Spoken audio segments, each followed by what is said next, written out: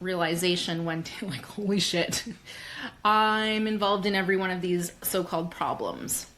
And now in that moment, I know like a lot of people say like, you're the cause of your problems. And so instead Absolutely. of, blaming myself for, oh, I'm the cause of all the problems, it wasn't I'm the cause of the problems, but I'm a partner in the problems. And what that also meant was I'm a partner in the solutions, right? I'm the common denominator when it comes to the solutions too. Hey, Queen. Welcome to the She Elevates podcast. I'm your host, Liz Rankin, your favorite elevation bestie who's been through it, healed from it, and came back stronger with a mission. This podcast is your safe space and soul sanctuary where we talk real about relationships, motherhood, money, mindset, and everything in between. So if you're ready to reclaim your power, reconnect your purpose, and rewrite your story, let's get into it. Christy Holt, welcome to the She Elevates podcast. I am super excited to have you on, share your story. Of course, I stalked your YouTube, your website, the book, all the things. So now I'm extra pumped to have you here. I'm super excited to be here too, Liz. All right, let's introduce you to the listeners of the She Elevates podcast. Who is Christy Holt? Hi everybody, I'm Christy, as Liz mentioned, and I call myself the Happiness Hussie. And ultimately I do this because I am on a mission to spread happiness across the planet. I know that happiness is something that a lot of people chase, and I have a different perspective on that. So I love to share my sort of perspective shift on that, because you deserve all the happiness that you are in search of. Yes, I love that. I love that in a nutshell. And you are absolutely right. I actually looked up like what were their goals? What were their resolutions for 2026? And it used to be in the past, like, I want to be fit. I want to find the love of my life. But this year it's like we want alignment. We want purpose. We want fulfillment. And absolutely, we want happiness. So we need Christy in our lives. Yeah, we deserve it, right? We absolutely deserve it. Absolutely. So let's take it back. Where did this journey start for you, where you realize like, okay, I need more happiness in my life, and what are the steps that I can take to get there? I mean, of course, as with everyone, it's a whole journey, and there, are multiple moments probably that I could point to. But the one that really stands out to me is in my second marriage. I was feeling really overwhelmed. It wasn't a very healthy situation. I was feeling really lonely, even inside of a marriage that was supposed to alleviate that, right? I was, at the time, mom of 3 small children. They were, I had 3 children within 3 years. I have 3 boys. They are now 15, 17, and 18. And I also now have a bonus son as well in the mix, who was also 17. Wow. But at the time, they were small children. And, I was going through the motions with my marriage. Mm-hmm. We were really disconnected. I didn't know how to bring it back, so that we could connect again. And honestly, I had the worst anxiety.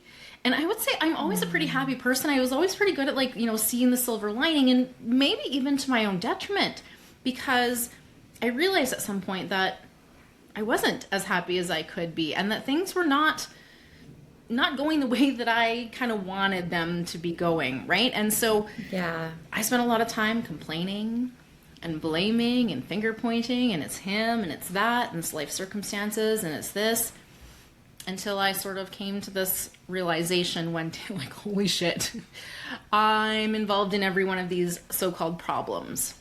And now in that moment, I know like a lot of people say like, you're the cause of your problems, and like, kind of, but that's missing a huge piece of nuance, which is that you're not at fault for the problem. Right. It's not your fault that you're in this situation, right? And so in that moment, I realized like, holy shit, I'm the common denominator in all of my problems, but I didn't go down the shame spiral that so many of us can. And I probably, started to go down there, and I was like, you know what? No, because I really knew I was doing the best that I could. And how can we blame ourselves when we're doing the best that we can with, as I often say, with the resources and understanding that we have at the time?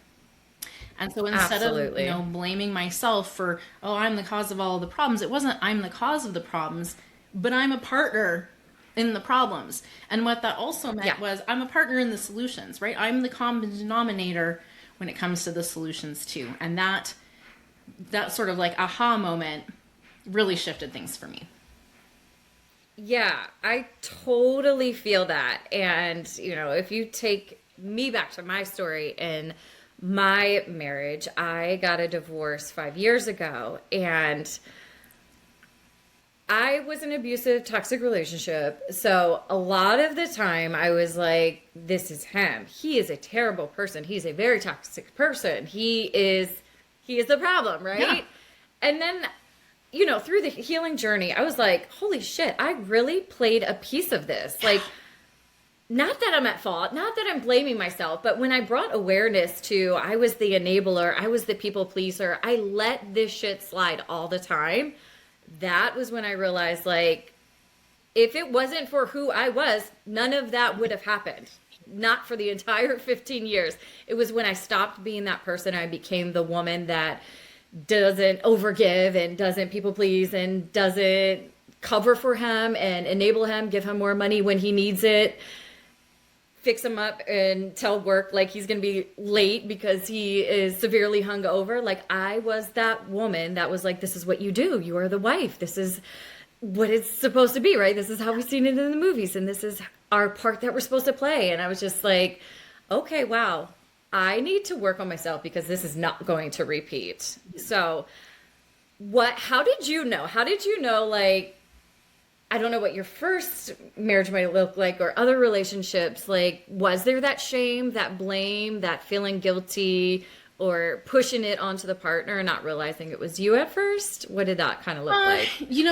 My first marriage, actually, he ended up being gay. And so that's a whole other story that we don't really have time to go down that rabbit hole. But that one, I really didn't blame myself because after I got past like some initial shame and like worked through like, oh my gosh, like, did I somehow cause this? I really came to the conclusion that like, no, that's ridiculous. Like, there's nothing that I did to cause this. We had a really, really lovely relationship up until sort of that point.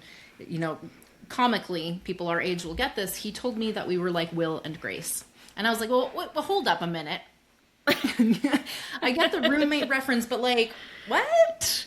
And he's like, yeah. And I was like, okay, that could have been useful information to have shared before we got married. We had been together 6 years.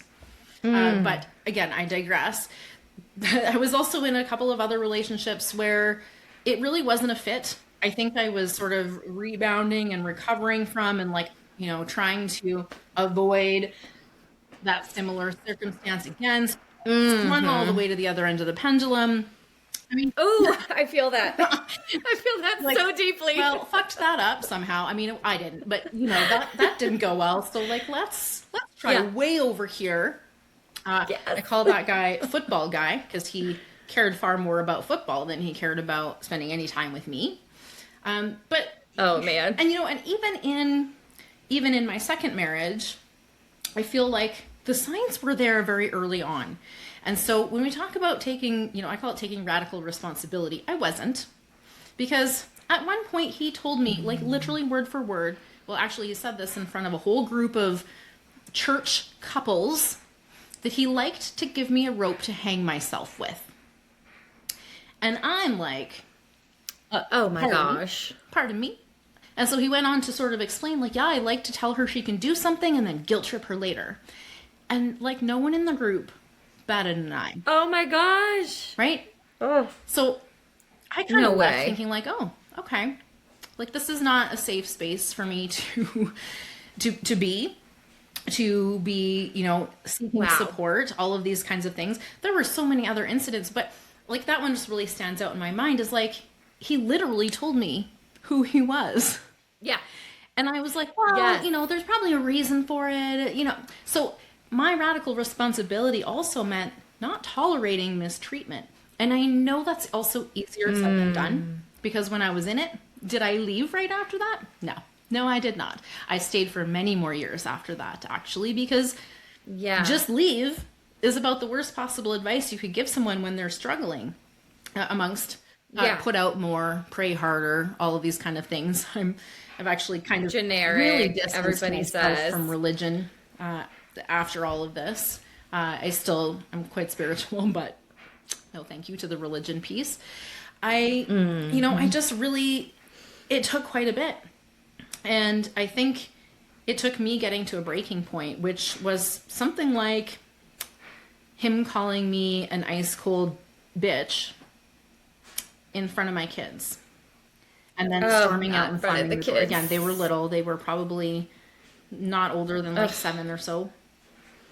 And I remember thinking in that moment, like, holy shit, how did I get here? Like, it was like, you drive home. You're driving your car, but your mind is in somewhere else. You're thinking about your to-do list and what you're making for dinner, everything else. You get home and you don't remember the drive, and that's how I felt in that moment. Like, what? Like, what had I tolerated? Where it had escalated to this point of we to lead for sure, and it was lots of what I would say is like managing moods on my part, right? Avoiding stepping on the landmines. Not bringing up conversations because I knew it would go sideways, kind of buffering the moods for the kids, these kinds of things. Yes. But I still was like, what the hell? Like, how did we get here? What, what indications have I given to this point where he thinks that is okay? Was okay. Like, under any circumstance, right? And so that was really eye-opening. But did I leave? Yeah. No, I still did not. Right? Yeah. It's not that easy. Yeah. It's not that easy, right? Especially now you have kids involved, and that's a whole different story. That's a whole different ball game. I really felt when you said, like, you go from one relationship and you're like, okay, he was all of these things. I will absolutely not tolerate that in the next relationship. But then you've gone so far to the other side. That doesn't work as well. Like, there needs to be balance. Like, for my ex, he was so mean, evil, and he believed in God, but he was not godly by any means. And I was like, he treated me like shit and made me broke because he took all my money, all of these things. He was a terrible role model for the kids. Yet every time I feel like I had a kid, I left him and I came back and we had another kid. I left him. Like, I kept coming back. And I was like, well, you reason, right? You're like, well, now he's going to therapy and he stopped drinking. So he's getting sober. So now we can have a great marriage. Like, you convince yourself and use all these crazy excuses to say, like, no, this is going to be the best marriage ever for you. Yeah. But everything was there the whole time. And they say they're going to do things differently. They say it. But then oftentimes the actions don't match. And we are still...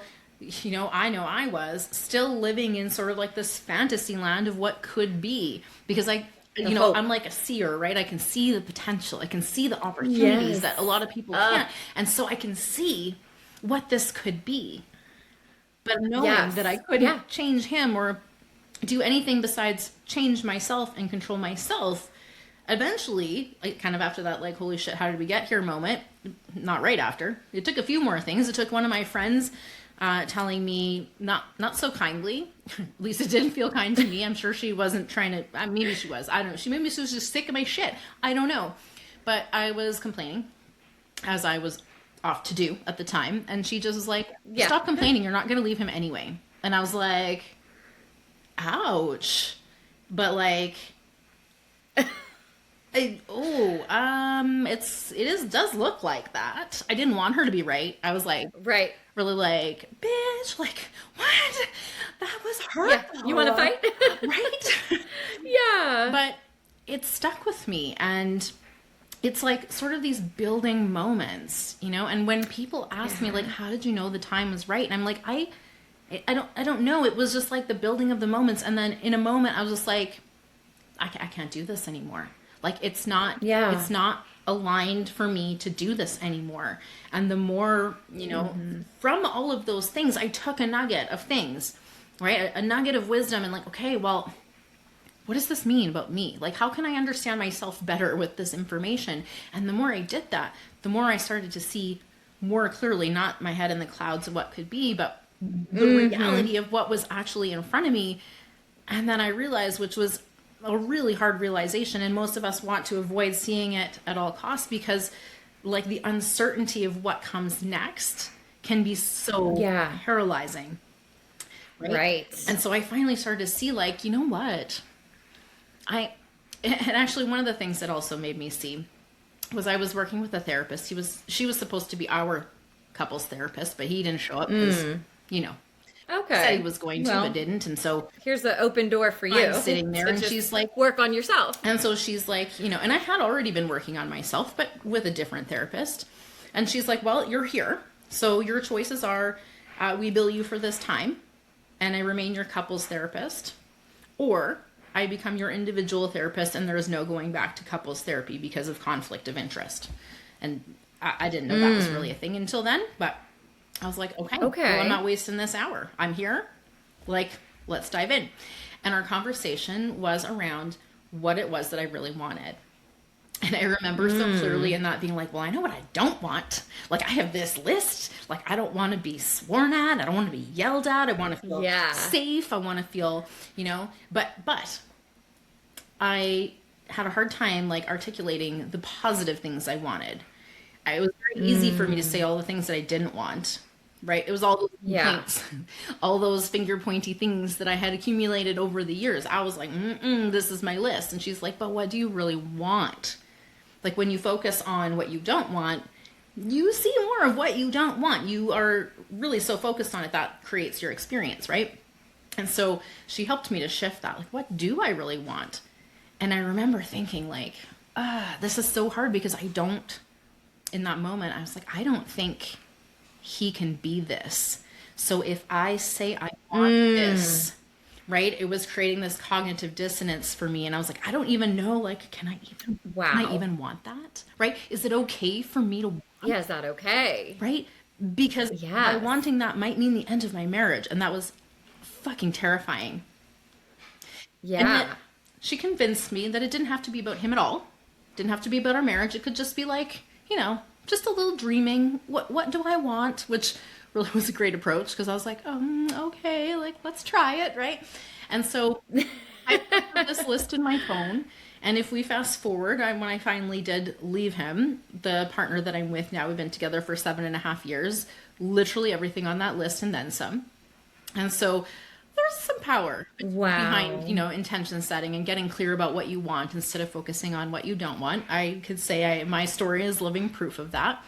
And, you know, my list was not like 6'5", blue eyes, works in finance or anything silly like that. It was, you know, someone I could laugh with, someone I could have deep, meaningful conversations with, someone who I could literally just be myself, you know, farts and all, and they're not going to judge me for just being human. You know, I wanted someone who was passionate and interested in, you know, adventuring, but didn't take themselves so seriously that, you know, they could admit when they've made a mistake and make repair and have, you know, difficult conversations without their emotions overriding everything. And so that was that part. So, you know, in swinging from the pendulum to the other side, this time I got clear on what other side I really wanted instead of just like blindly running away. Yeah. I got really clear, and that was really helpful, to be honest. Oh my gosh. Oh my gosh. It's so much easier to say what you don't want, right? Because you've seen it, you've lived it, and you're like, hell no, I'm not taking this to the next. And it's like, how many frogs do I have to kiss before I realize I have enough on this do not want list? Yeah. What were some of those things? Like, had you already journaled and explored what you wanted? How do you just pull out of thin air, like, these are the things I want? And almost like, it's kind of hard because our childhood has like influenced us to be like, this is what princesses want, right? Yeah. And now you're grown and you're being realistic, and it's like, well, what do I want? What was your thought process trying to build a list of desires? You know what my thought process in the moment was like, basically, I can't do this. I don't know what I want. And that's why I think that being in that office with that therapist was so life-changing in that moment, that I had this guide to remind me what a good, healthy, loving relationship could look like. And then I could be like, oh yeah, okay. Like she would give me some ideas, not like speaking for me, but like, offering some ideas of what might that look like? What might a successful relationship not just look like, obviously, but feel like, right, from the inside, and what would the day-to-day experience of that be? And so she helped me because I was so laser focused on what I didn't want that I was almost blind to the options available for a positive, healthy, loving relationship at that point. And so I think in those sort of situations, having someone to just guide you, someone who has maybe you've been inspired by someone and say like, we don't always know all the nitty gritty details of what people's relationships are like behind closed doors. So caveat there. But if you can look to people who kind of have something that you're like, hey, you know what, that seems nice. Maybe they're someone that you might talk to. Maybe you do seek out a therapist, a coach, a mentor, a guide. Maybe you check out my book, Love Unstuck, because I do talk a lot about what a healthy relationship can look like and feel like. I love that. Love Unstuck. Yeah. Where did the inspiration come for this beautiful thought out book that you have? Well, this is my second book. I'm guessing it's your life story for one. Was called Unstuck. Well, actually, originally I called it Get the Fuck Unstuck, but then I very quickly realized that that's hard to market in places. Sure. I didn't change the inside, but I did rebrand the cover, and I renamed it Unstuck for Women. And that was honestly sort of like, I don't like the word download because we're not computers, but like, honestly, it just kind of was like, whoo, here's what you need to write in this book. I wrote it and published it in a summer. And it was basically like meant to be the guidebook of like, if you're in sort of like a situation where you're overwhelmed, you're anxious, you're ruminating those thoughts and you just can't seem to break out of that pattern. Like these are the steps and tools that you can do to create space. Not because you're like stuck or broken, there's something wrong with you, but because that stuckness is an indication that you're meant for more. And so, as a guidebook to so good. How do you start seeing all of those choices that are truly before you? Because there are so many more than you could even possibly imagine. Options, choices, possibilities, opportunities. And so what I wanted to create with that is just like the first step, right? Here's the first kind of steps. It's just getting clear, creating that space. And then, of course, as time went on, I have this incredible relationship. I'm like, have taken all of these horrible life experiences and gleaned the wisdom from them. I like to call it turning your mess into your message, because the reality is, I love that. The mess is not gone. The mess is part of what makes you you. It's where the wisdom comes from. And so if you alchemize that, so good. If you transform that into something positive, then you now have a message like I'm sharing with you listeners and with you, Liz, today, right? That is my message. Yes. And presumably listeners out there will hear themselves in some parts of my story, even if it's not the same, because of course it's not the same. Maybe some of it is. Maybe someone else's ex-husband or current husband has said some of those same things. That's possible. But it's how we feel less alone, right? When we hear the stories of others, the message of others, the hope, the inspiration, the wisdom, that there's something that could be better for us out there. And so when I wrote Love Unstuck, I really just wanted to share some of my stories and a lot of my insights, because the story is kind of like the first piece, and then there's sort of like that wisdom gleaning process from it. And like, what was the real piece of this puzzle that helped me move forward? What was the piece of this that helped me shift my perspective and understand things differently? And I wanted to share those, and my stories and ideas and tools and resources. There's all kinds of different practical things in the book that you can do to implement. Because as I like to say, knowledge is cute. Embodiment is where your true power lies. So we don't want to just read something or listen to a podcast and then go about doing our business just as we were before. Do nothing. We want to let it change us in some way. It's small, because we don't go crazy and go, too far Absolutely. and create big expectations. Baby steps really are the way to massive transformation. I couldn't agree more. And I think in today's society, like information overload is truly a problem. Like you have to take action. You have to take the first step forward. Yeah. Yeah. And So what was that first step for you? What was it? Clarity? Was it, I think that you, it was you that mentioned list. opening space. What do you, It was having that Yeah, the list and the list. clarity that that list created, that awareness of what it was that I really wanted is what was, and that friend saying like, well, you're never going to, there are so many little catalysts, right? I have a hard time pinning down one, but it is. the There list are, yeah. created the clarity of what I had been missing, right? Of what it was that I wanted to move towards instead of, staying focused on the thing that was bothering me. It gave me a new direction to move towards. And I think that is what started my journey. I started, really getting curious about why I believed the things that I did, why I tolerated the things that I did, why I reacted the way that I did to circumstances. And I started to think beyond just what do I want in this relationship. But of course, at this point, I had these young children, and I had to start asking what it was that I wanted to teach them, what it was that I wanted for them to have as grown adults someday in their relationships, as a husband, as a friend, as a son, as a father someday. And I realized that what I was teaching them, listen, I would have stayed all day long and buffered it and protected them. I thought I was protecting them until I realized I was not protecting them.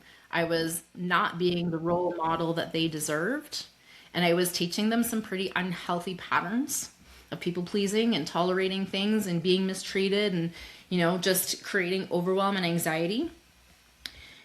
And I realized I have to do something different. Like the only way to change the circumstance is to do something different. And I decided, as counterintuitive as it felt at the time, to choose myself wholeheartedly.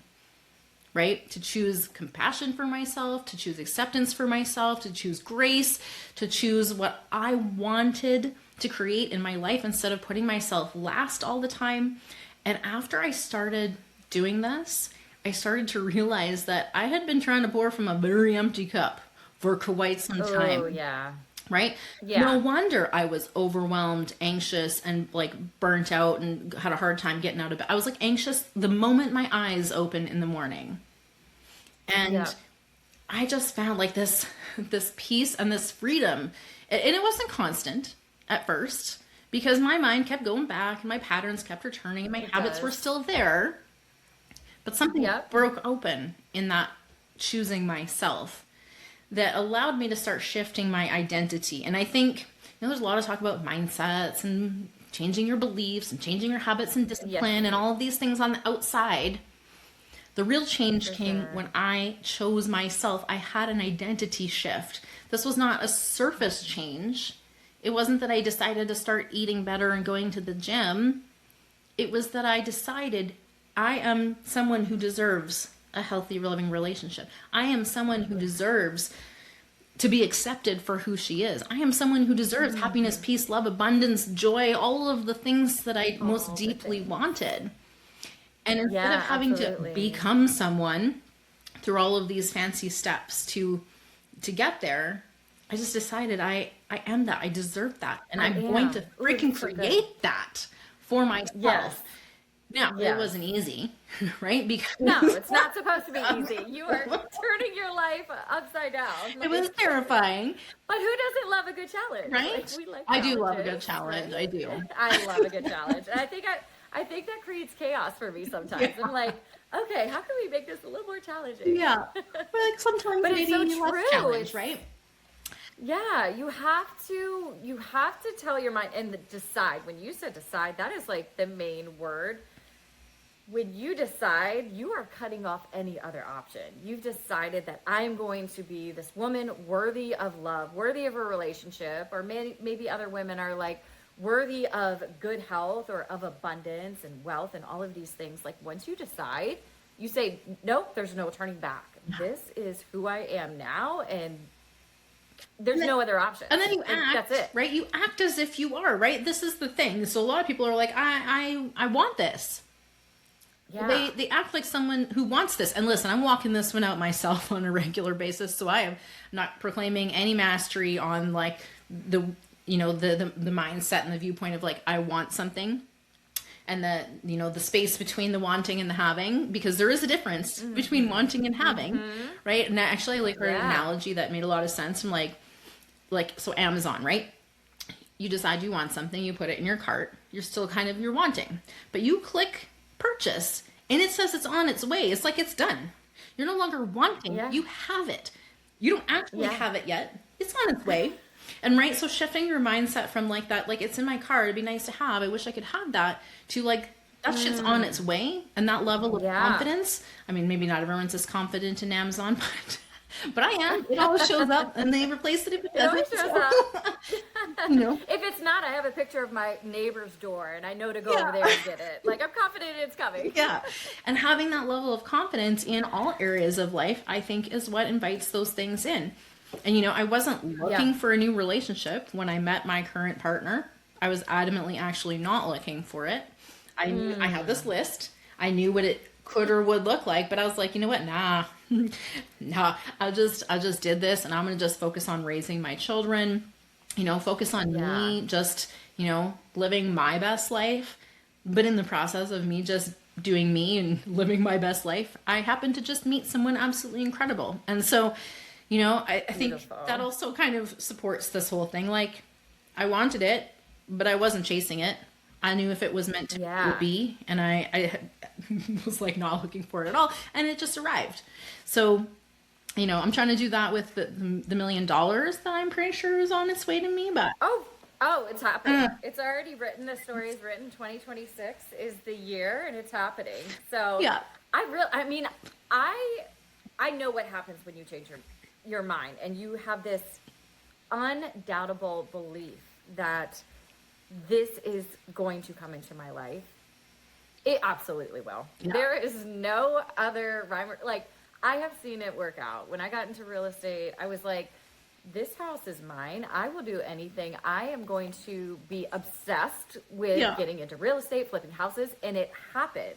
And I was like, I look back and I'm like, who is that chick? Like, you stepped into some other role where you were just like, you waited 20 years to get into real estate investing. And once I decided, like, no, I am an investor, it took off. Yeah. And then 2026 for me, I am going to be wealthy because there's a greater impact in the world that I need to make. And like you said, our messages are so powerful and they can help so many people. Absolutely. They are what, those messages are what gave me hope.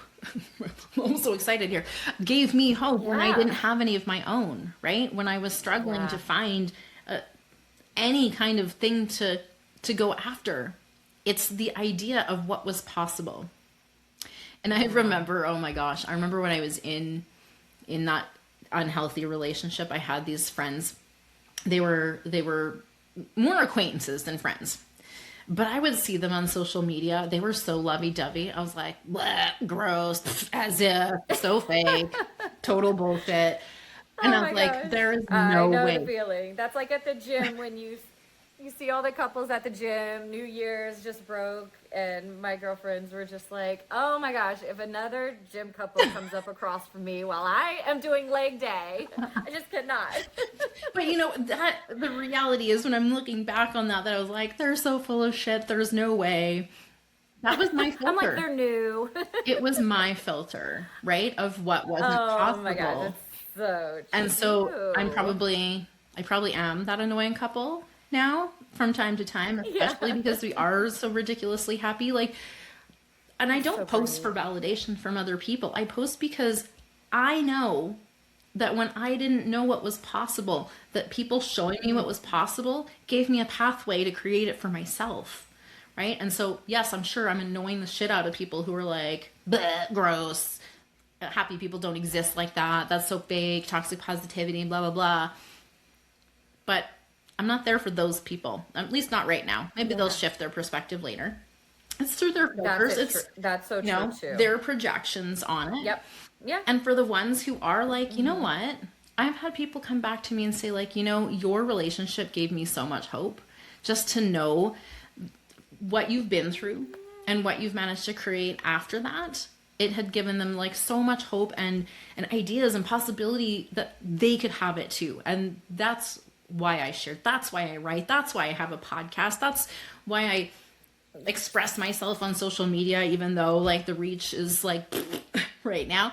I am not sharing it for any reason other than two reasons. One, for personal expression, because that feeds my soul to express myself and process things. I'm not really a journaler. I will write that shit for public. It's fine. And number two, just to show people that they're not alone in whatever they're going through, and that there are other opportunities, possibilities. Shame only grows when we keep it inside, and when we do vulnerably, in the right places, of course, share. We realize that we're not alone in our struggles. We're not alone in our challenges. We're not alone in the uncomfortable feelings. And just knowing that someone else out there has gone through it and come out the other side can really help us sort of navigate that uncertainty with so much more ease. So, yeah. I couldn't agree more. Every time I host a workshop or a group and we have women that get together and we do these different activities, and then someone shares, someone is brave enough to share something vulnerable. After that happens, it's like 2 or 3 people come off of mute and they're like, holy shit, I am dealing with the same thing. Yeah. And this is why I have my podcast, because with my journey, I was alone. Like, toxic partners will cut off every other person, your family, your friends. You have nobody. And it makes sense. It makes sense why they do it. I didn't feel like I could open up. My family was judging me for staying. So then I cut them off. And it spirals out of control. You get so deep into it that it's so hard to pull yourself back up. And mine was done through just getting out, clearing my mind, meditating for me. Like, I literally started envisioning my life without this partner. And I was like, like you say, the possibilities that we can dream of. And I convinced myself so hardly that this was my future life. Then I started sharing it with like neighbors. We would stop, we would hang out, and they'd be like, okay, something's up. And I knew it because I was like, it's okay to show it on your face. Let them ask and then be vulnerable. And that was I look back because he dug his own grave, right? He picked the neighborhood. He made us move into it. It wasn't exactly where I wanted to be. And there were 3 friends that I made in that neighborhood, and they were the women that I opened up to, I became vulnerable with, and it set me free. And I was like, whoa, the power of community is so great and so powerful. And what is scary is like, what is the big world's plan? Because we are all so cut off. We are all so alone. The dream is to have your own house and live by yourself and be cut off from other people, or be on socials and you feel like you're chatting with people, so you feel alive in the moment, but is absolutely not the same connection that us humans actually require for life. Yeah. To live, you have to have socialization. Did you read my post today? Because it was about this. Oh my God, no. And you've mentioned a couple of things. I've been putting up reels today, and every time you keep saying something, I was like, I just put a reel about that. Yeah, I was really reflecting. I had a visit with a friend who, oh my gosh, we realized we met on the first day of university in 1997. So we were doing the math and we're like, oh my gosh, like 29 years ago.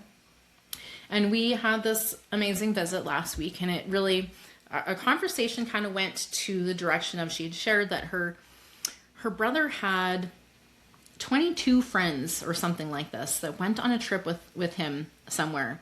And it kind of took us on this tangent of like, who has 22 friends that would go on a trip with you? I'm like one friend, maybe, it's my spouse. Yeah. And we just kind of started like talking about how social media creates this illusion of connection, and it's not really real. We think that we're connected with the person because we think that we're keeping up with them because we're seeing what they're posting. But let's also remember that most of what people are posting is curated, right? I mean, we can't be on social media all the time, and we shouldn't be, because we need to be present in our life. Right. A lot of people don't post anything, and some people post so many things, and all ever in between. But all that to say is, sure, we see like a couple pictures of their family and we feel like, oh, like we're all caught up. And so we don't ever reach out. We just like that photo, right? And we feel like, oh, we've stayed connected. But have we? Have we really? Yeah. And I think, COVID switched things too, because of the distancing. And I think for me, I definitely noticed that I became far less social. I think I realized I'm a little bit more of an introvert than I had realized before. And that was probably part of why I was feeling really overwhelmed and anxious in the years before. Not only that, but my divorce. But, it kind of gave me this extra space during COVID to sit with myself and to reflect. And in my first book, I love that you mentioned meditation, because that for me was my first major tool too, just to create the space. Yeah. Because the thought spirals, and in the book, I share my method, which is called the Spiral Stopper Method. And it's really just about, getting out of those thinking and thought spirals, right? Where we feel a thing and then we make meaning about the feeling, and then we feel more things, and then we have more thoughts. And before we know it, we've spiraled right down into maybe a shame spiral, or just a depressive state, or whatever. Yeah. We can spiral upwards too. And what I found for me personally is that the meditation, it didn't fix everything. And I think people out there have a misconception about meditation. They're like, oh, I'm supposed to sit still. I'm supposed to sit quiet. I'm supposed to clear my mind. No, that's not the point. And if that's what you're trying to do, of course you're failing at it. Because you're not, of course you're not using the tool in the way it was intended. The intention is for you to simply observe. And in that observation, you will start to notice that in between your thoughts, there is space, right? And when you notice that space, you can start to sit in that space. And when you have space, you can start to create clarity. And you also start to realize that a lot of these thoughts, they're coming and going. They're not yours. You're just watching them come and go, right? And so when we can start to realize that this is playing out like a TV show, like a movie on the screen, and you are watching it. You're not the movie screen. You're not the movie. You're watching it. Then you can start to choose which of these thoughts, which of these feelings, which of these thought-feeling spirals you choose to entertain or not. And it's not about bypassing, because we're meant to feel the feelings. The only way to process them is to feel them, but we don't have to go all meaning-making about it, right? This is where we often end up spiraling. And so when I started catching myself doing that and just having that pause, that space, that for me in the meditation was what shifted everything, because it wasn't just when I was sitting quietly listening to, I used a lot of guided meditations, because honest to God, my brain would be like, whew. Oh yeah, for sure. That's how I started too, because I quit plenty of times. I was like, this is not for me. This is, I'll keep it to the yogis and everybody else. Not for me. Yeah.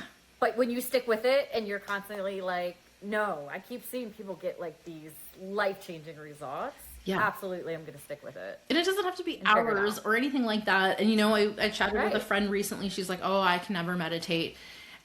And so I was like, maybe you just misunderstand what it is that you're supposed to be doing. Right. And so we talked, and she's like, yeah, like my ADHD brain never shuts down. And I'm like, no, girl, no, mine neither. It is a constant flow of nonsense most of the time. All the time. And so we're not going to try and shut it down. That's a futile exercise anyways. It's not meant to.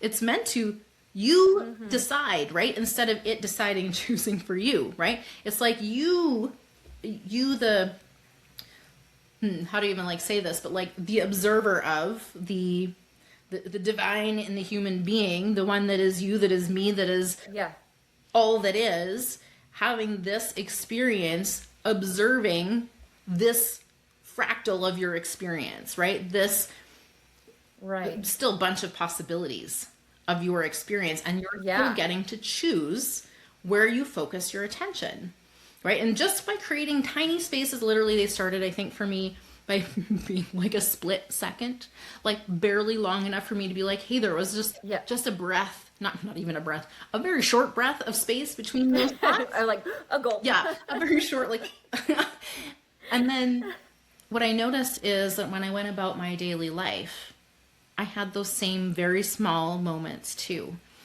And the more that I practiced, and it wasn't like the more like, you know, the harder I went at it, but just when I was consistent and continued 5 or 10, 20 minutes most in a day, the longer I stuck with that, the easier it became for me to find those little spaces, right? The easier it became for me to not get sucked into the spiral, because it literally takes 60 to 90 seconds to not get sucked into the spiral.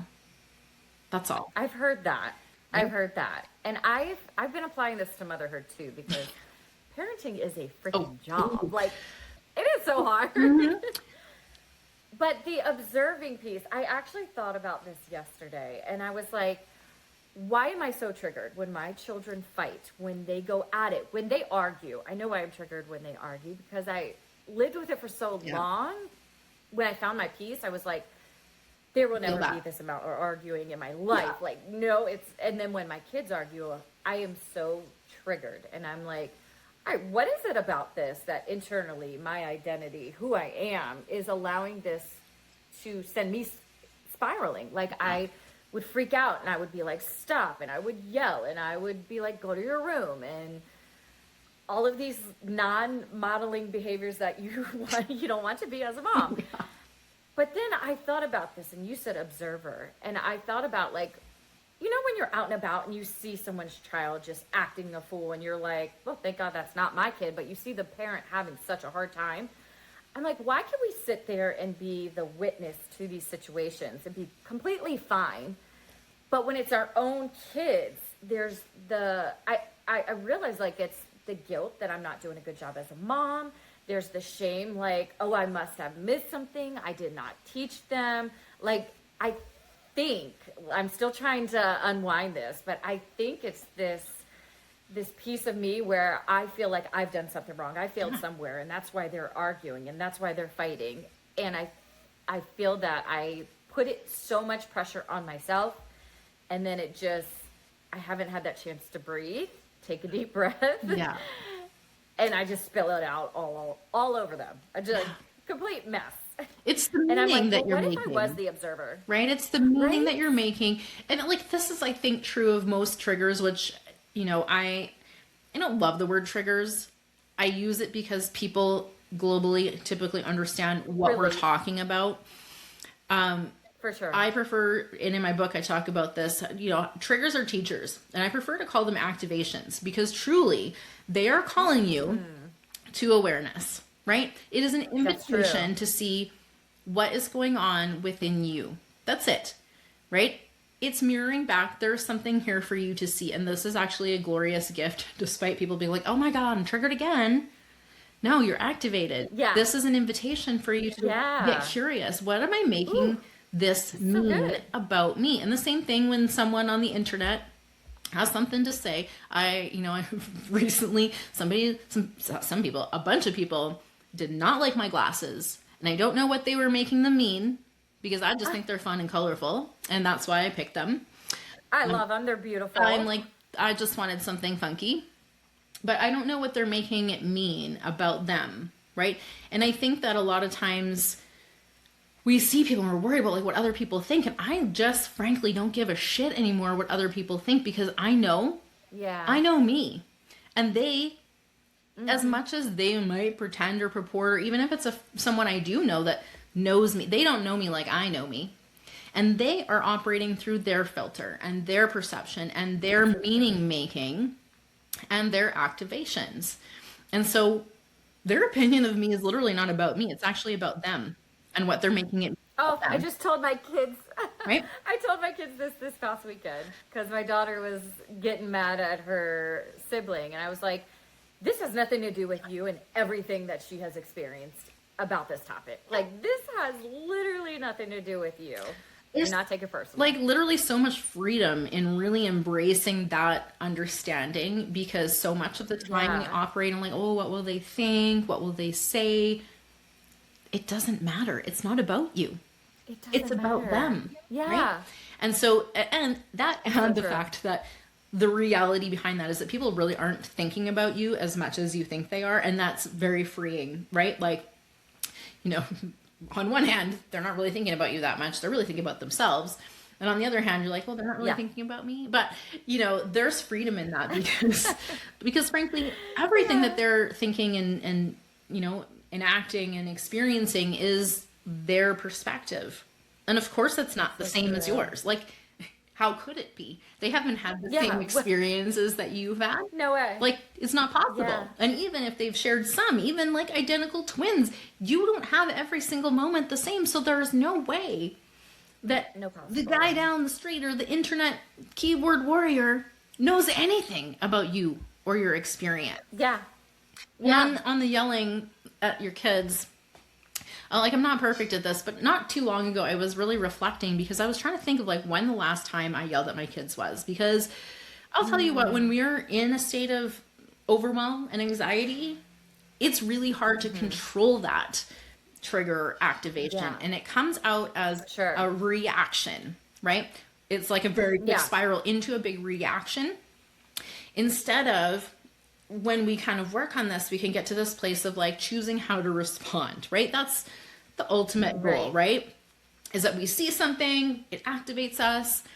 We take a couple deep breaths, we allow ourselves to feel what we're feeling for 60 to 90 seconds without, meaning making or acting out of that initial emotional trigger. And then we choose like, how do I want to show up? And I know, because I have yelled at my kids plenty of times. Yeah. I know that it doesn't make me feel good. I know that that's damaging to them. So much and I also posted about spanking because when I didn't know better, when my kids were younger, I spanked them a couple of times and I felt fucking horrible about it. And it was the mom guilt. Very like standard, like accepted almost, despite evidence, which I now know that is very harmful. And I saw it play out. Like, listen, my kids would threaten to spank each other for me. Oh my God. Because he's being bad. Do you want me to spank him? Right? Oh my gosh. And I was like, whoa, yeah, okay, no. Where did we go? Where did we get, how did we get here? Right? Again, one of those like, oh, okay, yeah, no. Wait, this is not the plan. It's not the one. It's not the one. We're going to have to redirect that one. But that's at that point, like, so no shame because I didn't know better. And I learned as I went. Yeah. And of course I wish I hadn't because now I have different information, but there was no point in beating myself up over what I didn't know and I didn't realize and I didn't have the capacity or tools to navigate in a different way.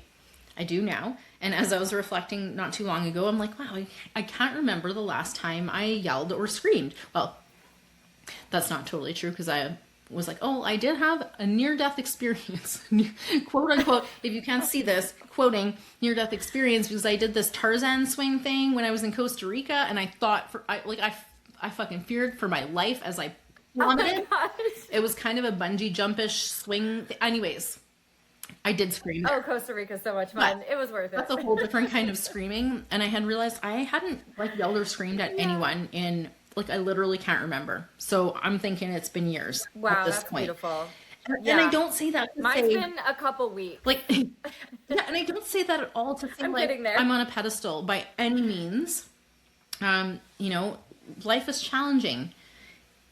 And I just know that I feel better when I remain calm and I take some deep breaths. And I just remind myself constantly, I know these are my children. But that saying, not my circus, not my monkeys, sometimes still comes in handy because not all of their problems are my problems. And I'm not here to take on their problems. True. I'm here to help guide them to solve their problems. I don't need to get in the middle of it. I just need to help them move through it, first of all, right? So, and how the hell can I do that if I'm freaking out? And so the more that I see that working and having conversations with them outside of those moments is really actually the best time to kind of do the quote unquote when everybody's calm, not when you're in the middle of it. So there are definitely some really great it doesn't tools. go well. Some really great tools so that you can build the capacity and the skill set to navigate those things. And again, in the moment is not the time to be like Googling, how do I not yell at my kids when you just, right? So when you're calm, that's the best time for you to make those shifts and to really set in. Like right now. Yeah. So like right now, you could take this and I always tell myself, I repeat to myself, it's not personal, it's not personal, it's not personal. Like when I see it happening, and I'll put my hand on my heart and I'll say it out loud, this is not personal, this is not personal. And I think like when I don't get upset or react, now my kids are like, are you okay? Like, and I'm so proud of myself. Like an hour later, 2 hours later, I was like, wow, I really handled that with dignity. Like I'm so proud. And you should be proud, right? I think that sometimes we don't take enough time to celebrate our growth because we're so focused on what's next and the other things that we haven't got right yet, that we don't take a moment to look backwards and say like, holy shit, it's been a minute since I did this thing that I used to do a lot. And I'm so proud of myself for I'm so proud of you building that muscle. Right. And I mean, I have teenagers, they could kick my ass. So like, let's be very real. I don't think that getting into a yelling I gotta protect myself is going to be it. Right. And I certainly can't be throwing hands because they will all crush me. So I knew, you know, quite a number of years ago, like I said, now the youngest is 15. I knew a number of years ago that those like yelling and like sort of like more like, I don't mean manipulative in like a ill intent kind of way. I just mean like those attempts to get your children to do what you want. It's kind of a control thing so that you feel in control. No, right? It is. No, I'm not trying to make it bullying or shaming. They would listen. Right. You just if want I them up, to do what they're supposed to they do. listen. Right. So that they can, for sure. so that you can feel okay. And that's totally valid. Yeah. But I just realized that some of those techniques, like, you know, some of the ones that I have tried, some of the ones that my ex used, probably still might use, were not going to be effective when they had developed, which I hoped the shit they would, a mind of their own, right? Yeah, right, exactly. So it's this fine balance, and I get people tell me like, "Oh, you should write a parenting book." I'm like, "Oh no, sister, I am not done yet. Maybe one day. Right, we'll get there. Ooh, let's get them all to adulthood first, and then we'll see." Right. Let's say I achieved. Right? I feel comfortable and confident, maybe talking about that in 2 years. I've still got 20%. Yeah, we're not there, but you know, the more that we learn, and not just learn like knowledge, again, the more things that we embody and the things that we intentionally choose to do differently shapes the way things go. And I just realized like some of those techniques weren't really going to work for what I wanted to create for them. And I saw that it wasn't creating a good dynamic between them, or, you know, with them, and or even creating you with them, right? And those kinds of things. And so first of all, I needed to leave the relationship with their dad so I could start seeing some of these things more clearly. I was in survival mode. I was a whole other thing. Constantly. You didn't even have the space. Yeah. And there just was no way for me to, oh my God, I read so many books and I was just like, I don't know how this could work. Like, I just literally couldn't see how I could apply it, because every time I tried to, it turned into a shit show. And it didn't work, and I failed epically, and then I'd feel bad about how, like, oh, I said I wasn't gonna, and then I did again. And so it was like... Well, you have all the stress and anxiety from the relationship, and that pours over to your kids, like, so obviously. Like, and you cannot stop that. Your energy is your energy, and it's either negative, it's positive, and it will overflow into everything that you do. And then it all gets reflected back to you, right? Or reflected back to you. So... Yes. Yeah, invitation with everything that you're seeing and experiencing. And if you don't like what you're seeing and experiencing, it's an invitation, right? Not to go into shame or guilt or anything, but an invitation to, like, well, what would be better, right? Because that better is possible for you. And there are resources and tools and guides and mentors and podcasts and books and courses and all kinds of stuff to help you figure out what your next step is. And that's really the most important thing. You don't have to have it all figured out at once, right? You don't have to create this grand vision of who you're going to become someday. You just get to be you just today. Step. and then Yeah. take one baby step. Yeah. This is how we stay in alignment, how we create things that feel really good to us. And the better we feel, the more we choose the things that are aligned with us, and it snowballs. I used to be a personal trainer Yeah. and a nutrition coach, and I would tell people all the time, like, we start small. Can you do 10 Yeah. squats every day? Momentum. Right? Can we do Build a that walk momentum. around the block? And they're like, that seems like really Yeah. easy. I'm like, yeah, so can you do it every day? And like, you really be like, of course I could do that. That's ridiculous. Why would I not be able to do Yeah. it? Yes, that's where we start. Right. Because we want it to Yeah, feel that's so easy good. to make these tiny shifts, right? And then Oh, so good. you start to feel better. You start to feel like, oh, I can trust myself to do what I said I'm going to fucking do, right? You start rebuilding that Yes. self-trust. And then what happens, Yes. you're like, I'm feeling pretty good. I'm going to go for 2 blocks today, right? And it just, Step it up. yeah. And then all of a sudden, it's not even recognizable anymore. You've come so far. And if you just take a moment to look back, you'll see like, holy shit, I've come so far. Like, I didn't recognize it. So listeners, I implore you to just take a moment to look back and see where you've come, right? It's okay that you're not quote unquote there yet, wherever that might be. You're here Right. now, and look how far you've come, right? It's so good. So good. I love that. And celebrate the small wins. Like every little piece counts on your journey. Don't try to do some kind of major leap at first. Just push forward. If you try too I hard, it had a won't happen. friend. Like, it literally won't, because you'll be too stressed about how to make it happen that it won't be able to organically happen. Yeah. That's what I've found. Yeah. I have a runner friend, and she's like, forward is a pace. Moving forward is a pace. Like, go with that. So, Yep. Oh my gosh, such good stuff, Christy. I love all of this. I could talk to you for hours. Yeah, like, for sure. I don't even know how this hour passed. Where can our listeners find you, follow you? What are your socials? Can you share those with us? Yeah, I'm on all the platforms. Honestly, I mostly hang out on Facebook. Despite my misgivings about social media being a little bit less social and more disconnected than previously, I feel like Facebook is still the easiest place to have conversations, right? It's the easiest place to have like these threads of conversations, and maybe threads is supposed to be like that, but it's not for me, and I didn't love threads. But I'm on the other platforms too. YouTube, TikTok, Instagram. I'm on all of them. But I prefer, if I'm going to scroll, I'm going to be scrolling on Facebook. And of course, you can find my podcast wherever you listen to podcasts. It's called Create Your Happy. I have several seasons of amazing conversations, much like the one that we shared today, Liz. And I also have a couple of seasons of solo episodes where I'm just sharing nuggets, pieces of my story, pieces of wisdom, practical tools and action steps that you can take and start implementing towards being that person today. Because like I said, you don't have to become someone. It's not about becoming someone. It's not about finding the one. It's about you being the one right here and right now. That is what's going to change your life. So there's lots of resources on there about creating healthy relationships, all of this good stuff. It's really about creating the foundational relationship with yourself, shifting that identity underneath.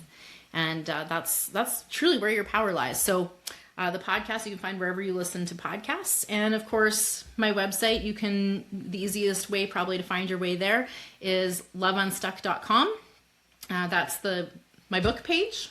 But from there you can navigate and find my social links and my other books. And I have lots of fun. Sweary meditations, free sweary meditations on freebies, like all kinds of stuff. Over all of it. Such good stuff, even like coloring books and exciting things to read. I went down a rabbit hole on your site. I was like, oh God, she's got it all. We need this. We need this in our life. So thank you so much, Christy. I will make sure to put everything in the show notes so people can find you, Apple, Spotify, and YouTube. Amazing. Christy, you are a gem. You are brilliant. And thank you for sharing all of your life stories and all of the information, inspiration, teachings, lessons. Cannot thank you enough for being here on She Elevates podcast. Thank you so much for having me. It was absolutely lovely. I agree. I don't know where the time went, but I adored our conversation, and cheers to many more. Cheers. Thank you, Christy. Take care. the other exciting thing that I'm doing, and I can't remember if I told you when we chatted because it's kind of related, unrelated, is that I am putting together groups for travel, for like adventure travel. And so that's kind of another new little thing that I'm doing, and Oh my God. invitation for people to come and travel with my partner and I. And so we're going to Peru this September, so that's super fun and exciting. And then next year we're going to do a group. I saw Peru Yeah. on your Instagram. I haven't talked about yet because I want to sell out one thing before I start talking about another, but the next one for 2027 is going to be Egypt and Jordan. And so I think that's going to be Whoa. an amazing, like I don't know about all of these things that people talk about, but it sounds like there's going to be a So lot cool. for 2027 as far as like collective energetic shifts and such. Like, I don't know how much weight to put into all of that, but like, sure could be.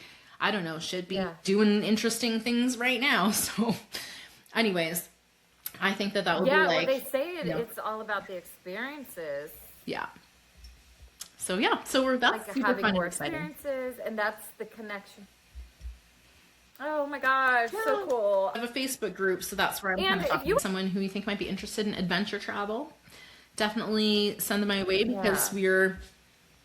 we're not the guides. We're leaving that shit to the experts. We're sort of just like the hosts of the group. And so we're partnered Sure. with G Adventures. They're a very reputable tour brand. They've been Okay. around for 30 years.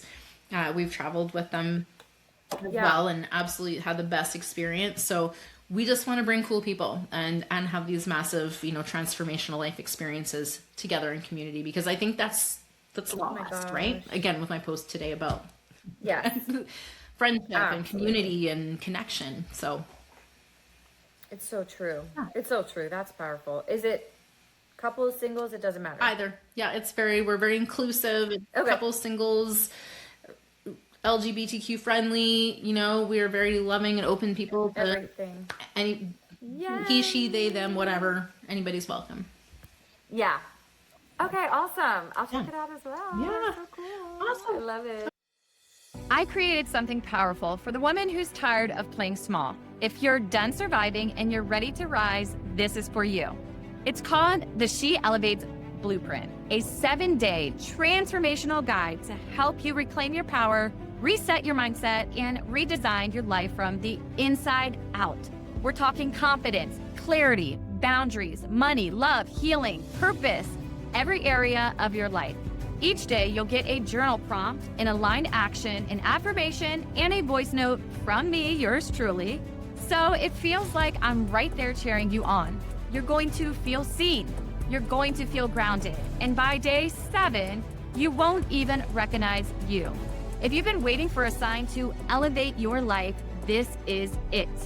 Tap the link, download your free copy of the She Elevates Blueprint, and let's step into your next level together. You're not alone. You're not broken. You're becoming.